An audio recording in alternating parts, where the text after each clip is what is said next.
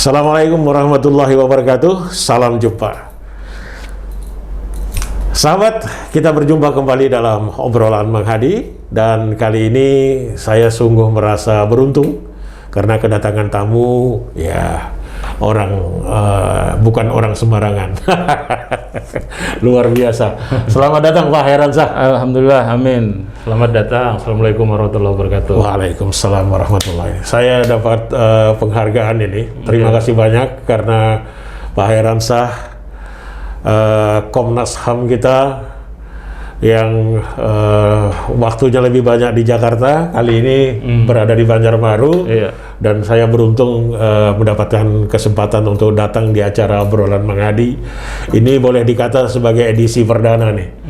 Jadi dibuka oleh Komnas HAM. Baik Pak Hairansyah, saya tahunya Pak Hairansyah ini adalah seorang, ini supaya bisa dibuka aja karena kita sudah sehat dah. Ya, amin, amin. Sudah sehat.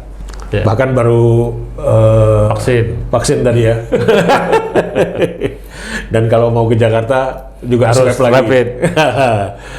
Oke, jadi ya saya tahunya Pak Hairansyah ini KPUD. Jadi kalau urusan pemilu dulu selama 15 tahun Pak ya? Iya, kurang lebih 15 tahun, 2017. Harus tahu dengan Pak Hairansyah. Jadi saya kira kita kenal dengan Pak Hairansyah ini karena beliau KPUD 3 periode. Zamannya Pak Sahrani, Amboga ya? Iya, Pak Hafiz Ansari, Sahrani. Iya, kemudian Pak Mirhan. Pak terakhir. Jadi luar biasa. 3 periode beliau berada di KPUD Provinsi Kalimantan Selatan, dan sekarang adalah Komisioner Komnas HAM Republik Indonesia. Luar biasa. Itu melalui seleksi juga kan? Betul, melalui seleksi, ada tim selnya, kemudian dibentuk oleh Presiden ya tim selnya, kemudian diserahkan ke DPR untuk dipilih. Jadi dipilih oleh DPR ya? DPR. Jadi betul-betul fair, dan saya terus terang saja membanggakan karena ada wakil Kalimantan Selatan di pimpinan level nasional, di pimpinan komisioner HAM ini, Komnas HAM. Jadi luar biasa. Kalau boleh diceritakan Pak, pengalaman pendidikan Pak Hairansyah sejauh ini. Iya, saya kebetulan memang lahir besar di Banjarbaru ya, pendidikan dari mulai SD, taman kanak-kanak, SD, SMP sampai SMA, kemudian kuliah di Banjarmasin. Jadi memang domisili juga di Banjarbaru. Jadi memang kalau bicara Kalimantan Selatan, terutama Banjarbaru, ini tanah kelahiran, tempat tinggal, dan saya besar dan berkembang di Banjarbaru. Iya. Jadi ya boleh dikata betul-betul berada di daerah lah ya. Iya. Kemudian karir di dunia pemilu ini sebagai KPUD itu bagaimana ceritanya? Iya, sebenarnya kan saya dari dulu sejak kuliah memang suka organisasi, sejak siswa malah. Di OSIS, saya pernah jadi ketua OSIS di SMP, kemudian SMA, kemudian ketua Senat di Fakultas Hukum, kemudian jadi anggota Presidium Ikatan Senat Mahasiswa Hukum Indonesia, kemudian kita bikin namanya LBH, dulu LBH Nusantara, dengan Bang Desmond misalkan, kita ada magang bantuan hukum di Bandung selama kurang lebih 1 tahun di sana. Nah, kemudian kita tahun 96-97 itu bentuk namanya Komite Nasional Pemantau Pemilu. Kemudian 97 dengan Mas Mulyana Wikusuma bikin Komite Independen Pemantau Pemilu. Jadi soal kepemiluan saya dari awal memang concern ke situ, termasuk skripsi saya soal tindak pidana pemilu. Jadi memang kalau bicara soal penyelenggara pemilu itu sudah menjadi semacam cita-cita lah istilahnya, menjadi bagian dari proses pelaksanaan demokrasi di Indonesia. Nah, karena memang saya melihat bagaimanapun sebagai sebuah pilihan sistem, demokrasi ini sebuah pilihan yang cukup bisa memberi ruang lah bagi partisipasi publik secara maksimal. Nah, terutama kalau kemudian demokrasinya benar-benar berjalan sesuai dengan ketentuan dan koridor perundang-undangan yang berlaku gitu. Kalau sejauh ini ini pilkada baru saja, kemudian tidak selesai, baru tanggal 9 Juni nanti ya ada PSU segala macam.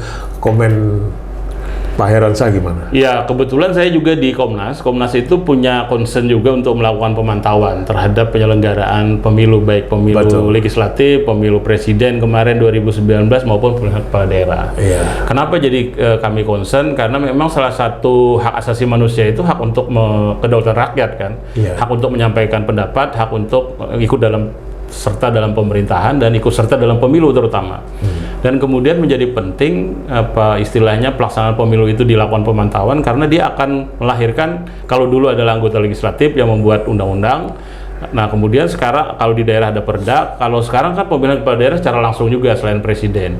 Maka dia menjadi poin penting untuk menghasilkan pimpinan kepala daerah yang berkualitas, yang bisa melaksanakan dan memenuhi hak asasi manusia. Karena salah satu lembaga yang dilaporkan ke Komnas itu terbanyak selain polisian dan korporasi perusahaan adalah juga pemerintah daerah. Jadi kita melihat penting sekali untuk memastikan proses pemilu itu berjalan jujur, adil, dan sesuai dengan ketentuan perundang-undangan berlaku tanpa ada kecurangan dan seterusnya. Nah, kalau kita mau mengevaluasi pelaksanaan pemilu, sebenarnya pemilu pertama di 2004, kemudian legislatif presiden, dan kemudian 2005 pemilihan langsung.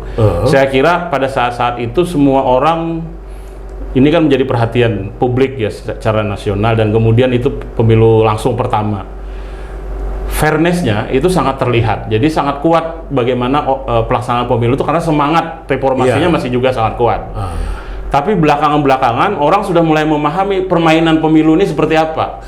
Nah, termasuk bagaimana mengintervensi penyelenggara. Saya sebagai penyelenggara 3 periode 15 tahun, saya merasa betul bagaimana intervensi itu dilakukan. Karena kan bagaimana proses politik itu kan memerlukan persaingan politik, kontestasi politik itu dengan berbagai macam cara ya. Termasuk mungkin ada juga ya upaya-upaya seperti itu. Nah, ini yang saya kira menjadi penting bagaimana independensi lembaga penyelenggara pemilu. Kenapa kemudian Abdurrahman Wahid waktu itu Gus Dur misalkan membentuk lembaga penyelenggara pemilu yang independen, selain memang konstitusi menyatakan seperti itu, Undang-Undang Dasar, salah satu lembaga atau komisi yang disebutkan dalam Undang-Undang Dasar itu adalah Komisi Pemilihan Umum yang menyelenggarakan pemilu secara langsung, umum, bebas, rahasia. Nah, itu kenapa kemudian jadi harus independen, karena pengalaman pemilu-pemilu sebelumnya gitu kan, bagaimana intervensi dan seterusnya. Nah, ini yang kemudian diharapkan bahwa pemilu itu bisa berjalan dengan adil dan jujur, dengan koridor maksimal terhadap ketentuan dan perundangan yang ada tadi, dengan memastikan semua berjalan sesuai dengan ketentuan yang ada. Itu adalah tergantung dari juga penyelenggara pemilunya selain peserta pemilu dan juga para pemilih gitu. Jadi penyelenggara pemilu itu menjadi soal penting. Oke, itu dari sudut penyelenggara titik beratnya. Cuman sekarang ini kalau dari pemilih nampaknya itu ada kegalauan. Ada kegalauan bahwa sekarang ini money politik begitu kuat. Orang memilih karena ada uangnya dan sebagainya. Ini menurut Anda kita mundur atau maju ini dalam artinya dilihat dari sudut pemilih ini? Iya, sebenarnya kan kalau pemilih yang cerdas itu adalah pemilih yang berdasarkan melihat tracking calonnya berdasarkan tracking yang baik ya. Artinya dia tidak hanya sekedar memilih orang, tapi juga melihat latar belakangnya seperti apa, kemudian komitmennya seperti apa. Tidak hanya sekedar jargon istilahnya, membuat janji-janji atau membuat visi misi yang baik misalkan, tapi juga adalah track recordnya. Dia setelah pernah jadi apa, melakukan apa dalam proses perjalanan karirnya. Dan itulah kemudian harusnya menjadi keputusan penting. Walaupun sekarang memang menjadi problem serius itu adalah karena sistem pemilu di Indonesia ini kan one man, one vote, one value. Jadi satu orang, satu nilai, satu suara. Nah, padahal di banyak negara, terutama negara yang disebut mbahnya demokrasi seperti Amerika, itu nggak ada one man, one vote, one value. Karena apa? Ini sangat berbahaya sebenarnya. Ketika diberikan kepada setiap orang yang sama, padahal kapasitas orang untuk membuat tracking segala macam itu berbeda. Jadi ini yang kemudian akhirnya kenapa money politik itu menjadi salah satu pintu yang digunakan oleh para pihak tertentu ya untuk meraih suara. Itu karena kapasitas pemilih kita tidak rata semuanya memahami itu gitu. Memahami bahwa dia punya hak kedaulatan dan hak kedaulatannya tidak bisa dipertukarkan dengan hanya selembar dua lembar uang misalkan. Karena ini akan menentukan dia ke depannya. Nah, itu saya kira penting pendidikan pemilih itu mau nggak mau harus dilakukan oleh penyelenggara pemilu maupun oleh pemerintah misalkan. Jadi istilahnya politik transaksional ini masih terjadi karena itu tadi sikap masyarakat yang melihat pemilu ini daripada orang aja nyaman. Kalau aku dapat dua bagian. Kalau ini kan ada budaya juga segala macam berpengaruh sebenarnya semuanya gitu ya. Tapi memang mau tidak mau ini dipengaruhi juga oleh dari peserta pemilu juga. Ketika kontestasi sistem proporsional terbuka itu persaingan antar calon dalam satu partai itu tidak lagi sebagaimana yang dulu berdasarkan sel daftar misalkan di mana partai yang menentukan, sekarang masing-masing bersaing. Nah, ketika bersaing itulah kemudian kita tahu pemilu pertama yang dilakukan sejak reformasi, kemudian 2004, 2009 saya kira itu sudah terlihat luar biasa persaingan karena mulai proporsional terbuka. Nah, itulah kemudian karena jumlah calon legislatif ini kan lebih banyak dibanding calon kepala daerah gitu. Jadi mereka istilahnya wilayah tarungnya itu kalau di kabupaten itu per kecamatan, misalkan kalau di tingkat provinsi bisa per kabupaten atau antar kabupaten atau satu kabupaten saja. Jadi hitung-hitungannya itu jelas gitu. Nah, itu yang kemudian saya kira mulai proses money politik ini muncul dan serius terjadi di masyarakat. Namun artinya kita juga berharap para kontestan, para peserta pemilu ini mulai sadarlah untuk tidak mengandalkan money politik ini. Betul. Kan kalau masih berbagi saja, terus-terusan berbagi. Karena kan gitu tadi politik transaksional itu akan melahirkan transaksi berikutnya. Dan itu salah satu catatan KPK di banyak kasus pemilihan kepala daerah yang tertangkap OTT itu karena untuk membayar hasil dari proses pemilihan langsung sebelumnya. Jadi ini yang saya kira menjadi penting untuk memastikan bahwa tidak ada money politik gitu, karena akan berdampak terhadap pembangunan, dana negara, dana rakyat segala macam yang kemudian dikorupsi lagi untuk kepentingan dia mengembalikan modal baik dia sendiri maupun kepada pihak-pihak yang memodali istilahnya kalau orang. Ini kan ada satu peristiwa baru ini, KPK menangkap seorang kepala daerah di daerah Jawa sana. Padahal dia seorang tokoh yang kaya, punya 13 perusahaan, kekayaannya sangat fantastis, seorang alim, Pak, khatib di beberapa masjid. Betul. Tetapi begitu ketahuan ternyata melakukan transaksi jabatan. Nah, jadi kita bertanya ini, ini berarti masih mengambil uang dari transaksi jabatan ini untuk membayar ongkos yang sudah dia keluarkan untuk pilkada yang lalu. Kira-kira menurut Anda gimana? Ya, korupsi itu kan sebenarnya tidak pandang bulu ya. Karena kemudian dia sangat tergantung apakah dia karena kebutuhan atau karena ketamakan. Kalau orang karena butuh terpaksa misalkan, atau karena situasi kondisi lingkungannya, tapi bisa juga karena ketamakan. Sudah punya harta, sudah punya perusahaan, tetap aja berarti itu tamak gitu. Jadi sebenarnya tidak pandang bulu siapapun latar belakangnya. Maka yang penting kita tidak meletakkan kepada personal, kepada person. Tidak percaya kita kepada person, kita akan mendorong kepada sistem. Nah, sistem ini yang kemudian harus dipastikan, terutama sistem pengawasan oleh publik, oleh masyarakat. Bagaimana masyarakat bisa melakukan pengawasan? Tergantung apakah masyarakat diberi ruang kebebasan untuk menyampaikan pendapatnya, bukan dikriminalkan ketika menyampaikan pendapatnya. Ini salah satu concern kita di Komnas HAM, salah satunya misalkan kita buat yang namanya standar norma pengaturan atau SNP tentang kebebasan menyatakan pendapat. Karena selama ini ternyata daya kritis masyarakat itu bisa sebaliknya diberangus dengan dikriminalkan, dianggap pencemaran nama baik dengan adanya undang-undang ITE dan seterusnya, yang kemudian orang tidak berani menyampaikan pendapatnya. Nah, kalau sudah tidak ada pengawasan dari publik, lembaga-lembaga penyelenggara ini, komisi-komisi yang tadinya independen ini bisa saja kemudian sebaliknya, bukan lagi melakukan pengawasan secara maksimal, secara independen, tapi bisa jadi menjadi bagian dari oligark kekuasaan yang ada. Oke, baik, itu menarik sekali kita perbincangan soal. Kita kembali sekarang soal Pak Hairansyah dulu adalah orang Banjarbaru. Saya bangganya luar biasa karena ada orang Banjarbaru di tingkat nasional.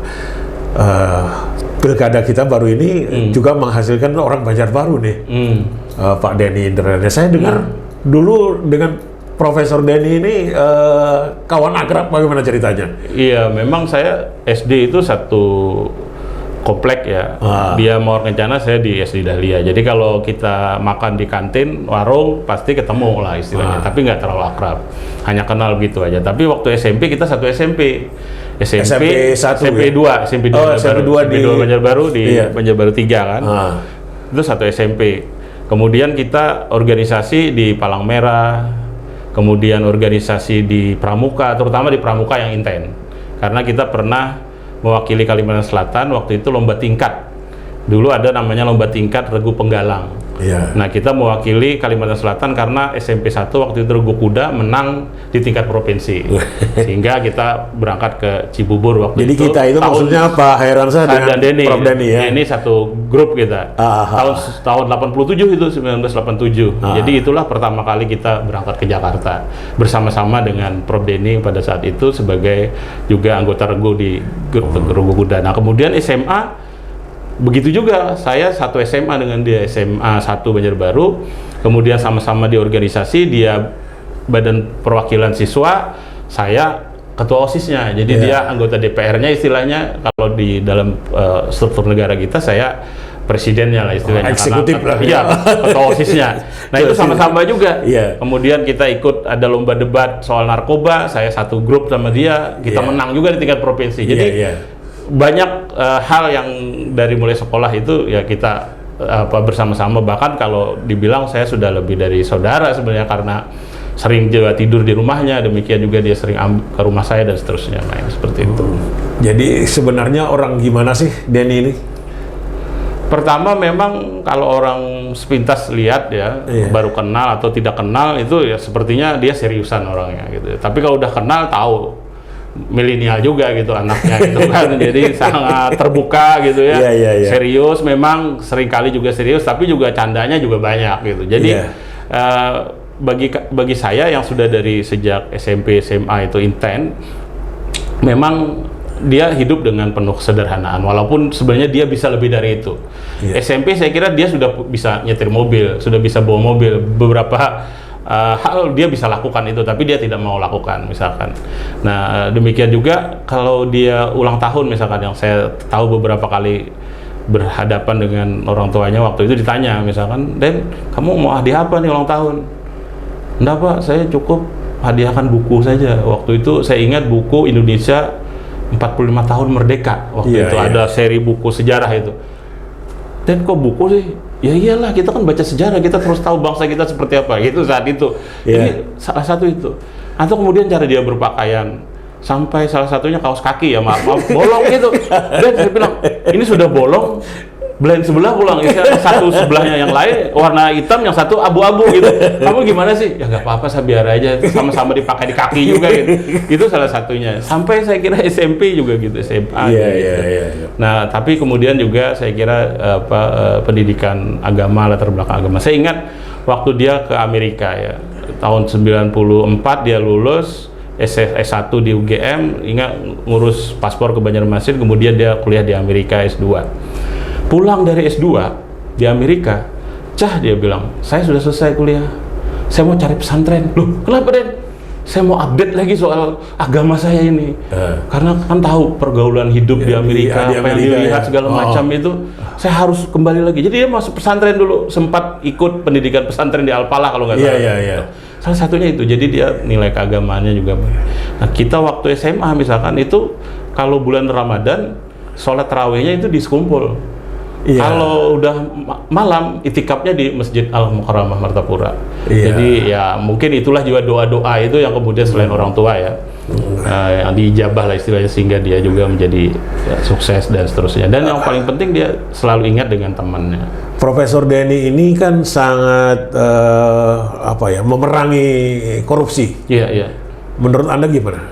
Ya kalau saya sih tidak terkejut lagi, karena memang pengalaman saya selama bergaul dengan yang bersangkutan. Saya ingat waktu SMA 94 dia lulus kuliah S1 itu ngurus paspor ke Banjarmasin. Nah ngurus paspor ini ngurus sendiri, saya nggak mau katanya pakai calo, saya ngurus sendiri, saya nggak mau dikorupsi lah istilahnya yang terjadi. Nah waktu itu dia ngurus sendiri, waktu ngurus pertama itu dia setelah semua administrasi itu imigrasi Banjarmasin, dia dimintai 450 waktu itu. Dia bilang enggak segini kan harganya, masa 450? Nggak percaya dia, lalu dia tanyakan kepada petugasnya pada saat itu. Lalu akhirnya dia bilang, kalau gitu saya tanya saja langsung ke kepalanya, saya mau ketemu dengan kepala imigrasinya. Langsung ketemu saat itu. Saya sebenarnya agak segan gitu. Jangan, udah aja, berapa sih? Enggak, ini bukan soal uang katanya, tapi ini soal perilaku yang korup. Langsung dia temui kepala imigrasi, dia tanyakan langsung, ini kenapa, benar nggak bayarnya segini? Mana dasar hukumnya? Ya namanya orang hukum kan, pasti pertanyaan pertama ada dasar hukumnya. Akhirnya kepalanya bilang, enggak, memang 150 saja. Ya kalau gitu saya bayar sesuai dengan harganya. Ini yang masuk ke kas negara, saya bayar 150 saja. Nah jadi sebenarnya soal anti korupsi itu sudah dari sejak dulu sudah. Itu satu ya. Dulu juga dia bentuk namanya setelah lulus itu dari UGM, selain dari dosen UGM, sebelumnya dari dosen UGM dia jadi pengacara. Salah satu yang dia keluhkan adalah soal mafia peradilan. Saya nggak bisa sendirian ini menghadapi mafia peradilan ini. Saya pasti akan terikut-ikut juga. Atau kalau saya dengan idealisme saya, susah ini nampaknya akan berhadapan dengan situasi yang memang sudah mafioso ini susah gitu. Itu salah satu misalkan. Sehingga dia misalkan gini, mau ikut tes pengacara, dia nggak mau bayar. Dalam artian bayar untuk nyogok gitu ya. Itu padahal waktu itu orang sudah lumrah, seorang pengacara tuh bayar gitu. Nah, kemudian setelah itu, misalkan akhirnya dia memutuskan tidak jadi pengacara karena menghadapi situasi itu tadi. Lebih baik jadi dosen katanya. Nah, ketika jadi dosen, dia juga membentuk namanya Indonesia, sebelum membentuk PUKAT, itu ada yang namanya Indonesia Court Monitoring. Lembaga monitoring pengadilan. Karena dia melihat ada mafia di peradilan, lalu bentuk Indonesia Court Monitoring. Nah, pada saat itu, dia belum menginisiasi kegiatan waktu itu pembentukan peraturan perundang-undangan di tingkat lembaga presiden untuk lembaga kepresidenan. Nah itu dibiayai oleh salah satu lembaga gitu ya. Tapi dia tanya, ini uangnya dari mana? Oh halal lah istilahnya yang membiayai ini. Enggak bener ya, saya bener nih, saya pastikan betul tidak dari para mafia dan seterusnya. Oke jalan, kegiatan itu kita udah pertemuan tuh. Setelah pertemuan dia baru tahu bahwa itu dibiayai oleh salah satu yang bermasalah lah istilahnya, konglomerat bermasalah. Itu uang dia kembalikan. Jadi dia cari uang, dia balikin semua. Ini nggak jadi katanya. Walaupun sudah kegiatan itu dilaksana, orang sudah datang segala macam, kegiatan sudah berjalan. Dia balikin uang itu. Saya nggak mau katanya. Jadi dia istilahnya akun berhutang lah. Yang penting ini bisa dibayar gitu. Tidak temakan duit orang itu. Nah itu sebenarnya jadi dari itu aja sudah terlihat bahwa bagaimana anti korupsinya itu sudah dari awal lah, bukan yang karena tren aja, karena kemudian mau calon aja misalkan. Bahkan sampai ketika jadi menteri, wakil menteri kita tahu bagaimana kapasitasnya. Dan saya membuktikan sendiri dari beberapa kasus. Sudah pernah mengalami langsung. Jadi saya misalkan saya tahu betul dia nggak akan bisa diajak soal kompromi soal korupsi. Maka ketika saya ngurus salah satu akte pendirian sebuah yayasan, saya nggak mau ngehubungin dia, walaupun waktu itu dia wakil menteri sudah. Misalkan saya langsung berhubungan dengan pegawai di sana di bagian yang mengurus itu. Nah ternyata itu ada pungutan liar di situ. Saya diminta waktu itu bayar sebanyak 7 juta untuk menyelesaikan satu akte yayasan. Pendirian yayasan itu yang diberikan oleh Kumham misalkan. Itu saya telepon langsung dia, "Deh, ini kok ada begini-begini?" Wah itu langsung dia sidak hari itu juga, langsung dia bersihkan hari itu juga, sistemnya langsung dirubah. Yang sekarang artinya orang tidak lagi ngurus akta yayasan ke sana, cukup dengan sistem online. Hari ini juga bisa di print sendiri langsung keluar misalkan. Itu salah satu. Termasuk waktu itu notaris. Waktu itu saya ingat ada salah satu teman minta bantu kepada saya, tolong ngomong dong sama Profesor Denny sebagai wakil menteri, bagaimana nih istri saya mau penempatan notaris. Loh saya bilang kan biasa aja itu. Enggak, katanya harus bayar 250 sampai 500 juta di tempat-tempat tertentu. Saya telepon juga Prof, saya ini dapat informasi bahwa ada pembayar uang pungli ini untuk penempatan. Hari itu juga dia langsung sidak, langsung dipecat, langsung disita segala macam, diproses yang bersangkutan misalnya. Jadi soal itu saya kira sudah terbukti lah dalam Iya, termasuk penjara segala macam. Wah, itu sudah luar kita biasa, tahu ya. ada beritanya kan. Karena beritanya secara nasional dulu pernah rame ya. Bagaimana ada konglomerat yang masuk penjara terus bisa hidup mewah dengan televisi dan segala macamnya ya, yang akhirnya disidang oleh Profesor Denny. Jadi itu sahabat, soal Denny Indrayana nih, Pak Hairansyah kok, atau biasa disebut Ancah ya, hafal bener cerita itu. Sesudah jadi sarjana itu komunikasi masih tetap berjalan begitu? Iya, jadi memang sejak kuliah dia di UGM, saya di Lampung Mangkurat, sama-sama Fakultas Hukum kebetulan, sehingga saya juga komunikasi terus karena memang keilmuan kan terusnya saya kira di Jawa lah lebih maju lah. Waktu itu memang komunikasi kan masih sangat terbatas, handphone pun belum ada tahun 91 itu saya mulai kuliah. Tapi saya komunikasi dengan dia soal bagaimana bertukar informasi. Buku misalkan, yang saya ingat dia selalu update buku. Jadi setiap kali ada buku terbitan terbaru segala macam dia pasti beli.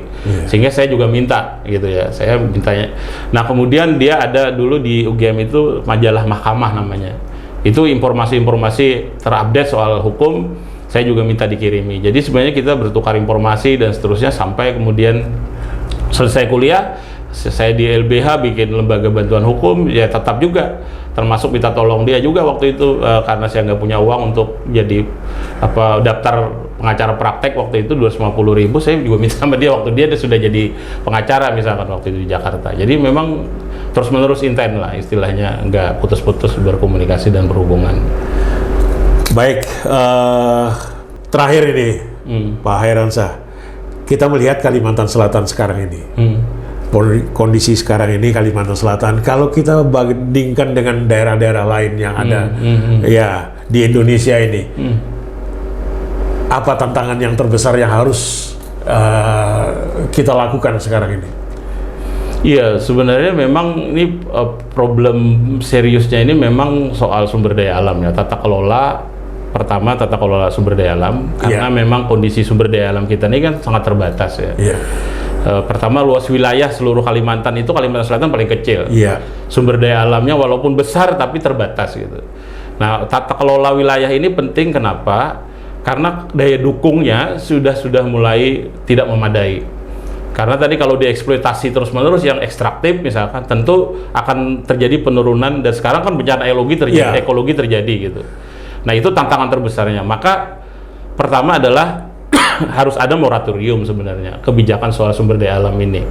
Bagaimana memastikan yang perlu disegerakan yang mana, yang kemudian mungkin perlu dikemudiankan dalam artian dia menjadi hal yang terakhir misalkan harus terpaksa dieksploitasi itu. Itu jadi, bisa dilihat dari sudut pandang HAM juga tuh ya? Oh betul ya, karena tadi sekarang hak masyarakat ini kan hak asasi manusia itu saling satu dengan yang lain saling melekat. Jadi misalkan yang paling tertinggi itu yang tidak bisa dikurangi dalam keadaan apapun itu hak hidup. Nah, ketika hak hidup ini hilang, maka otomatis hak lain tidak bisa dinikmati. Tapi untuk bisa menikmati hak hidup, hak yang lain itu harus terpenuhi. Hak atas kesejahteraan, hak atas keadilan, hak atas rasa aman, dan seterusnya. Nah, itu yang saya kira tantangan terbesar adalah tata kelola sumber daya alam dan lingkungan. Yang kedua memang tata kelola pemerintahan. Mau tidak mau ini kan saling berhubungan dan saling terkaitan. Bagaimana mengelola sistem pemerintahan yang ada. Kalau sekarang memang tantangan terbesarnya, kalau dulu kewenangan diberikan ke kabupaten, kemudian ditarik ke provinsi, sekarang ke pusat misalkan. Maka tantangannya adalah bagaimana membangun koordinasi, kemudian meningkatkan kapasitas pemerintahan, dan kemudian juga mencari peluang-peluang di tingkat nasional supaya bentuk-bentuk kerjasama di daerah itu bisa maksimal. Ya, kalaupun ada investasi tentu penting misalkan, tapi bagaimana investasi yang ramah lingkungan, ramah hak asasi manusia, dan anti korupsi misalkan, itu penting karena supaya sekali lagi kan kejadian-kejadian sekarang ini muncul karena tata kelolanya tidak benar. Tata kelolanya tidak benar karena ada memang transaksional di belakang itu. Nah, salah satu juga adalah soal penegakan hukum. Itu saya kira menjadi bagian penting yang tidak terpisahkan. Jadi tata kelola sumber daya alam lingkungan hidup, tata kelola pemerintahan, dan kemudian penegakan hukumnya. Baik, luar biasa nih. Terima kasih banyak. Saya sudah diberi kesempatan untuk kita ngobrol di acara obrolan Mangadi ini. Betul. Pak Heransyah, saya mengucapkan selamat menjalankan tugas sebagai komisioner Komnas HAM. Mudah-mudahan sukses. Amin. Dan yang terpenting itu tadi, membawa nama daerah ini. Betul. Kita ini agak langka orang Kalimantan Selatan yang berkiprah secara nasional, Bos. Ya, artinya itu salah satu saya kira yang penting juga, kapasitas sumber daya manusia kita. Indeks pembangunan manusia Kalimantan Selatan harus ditingkatkan. Karena kalau mau berkiprah itu tidak hanya soal jaringan, tapi juga soal kapasitas. Itu saya kira penting. Ini anak-anak muda, ya, ini contoh bagaimana Pak Heransyah ini berkiprah di tingkat nasional sebagai komisioner Komnas HAM. Jadi Profesor Dedi pernah jadi wakil menteri, kemudian ada nama-nama Saadilah Mursid, kemudian Johan Arifin, orang-orang Banjar yang berkiprah secara nasional. Itu masih tidak terlalu banyak ya Pak ya? Betul.